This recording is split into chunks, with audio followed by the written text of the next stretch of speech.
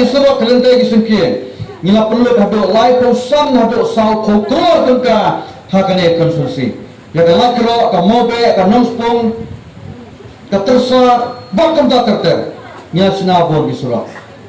hendai ka sakot lai tele gisurok ki makhlamla ban pendiap ya ki ba hado munta gidan sa ade ka surok tra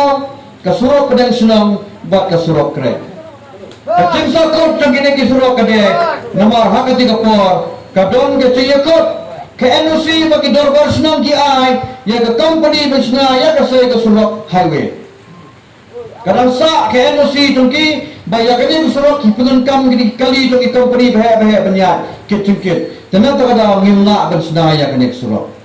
nama propose ke skim hendai khumna ban pedolang na kada kadang sa ke NOC berhadir na ke ni company kalau no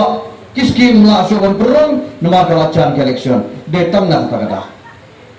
dan hadir na terhadap perang bagan sosial biang. Nagagawan ko mamili hadir na ukat perang nagawan biang kabo ngam sa singrong ya kini surok. Tamo na riam no mga. Bat ka makham susi kalom nagariam mga.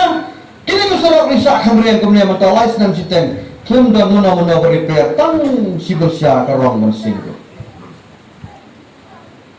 Kata kade kabo cingkle. Bomde tayo di surok lai kle. Borok di surok kila chotlo. Kasarap umilai kepada sudah senang kapal tengah kapal kiu sana sini sudah senang kasarap umpokat kini ada kelacak berkah kasarap setersa kasarap senang sepung langsung sing kasarap selamem kasarap seterok semobe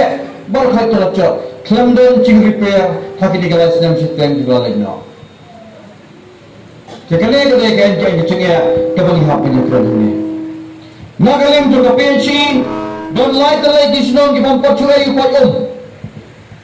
ngelawan ra ke skim halat mosing santro duna halat nangrim like ro siteng bat mentah akar pay kedaya sasya barok gipoy kamba sipo kro tam nagaling jong PhD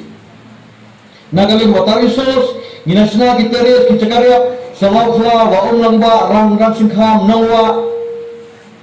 bat kitan mausadan nagaling agriculture veterinary babon ki scheme ke bagi lawan ra haba kain belum ni development scheme ki balawan house name balo amali mga ke laptop sispa kro tam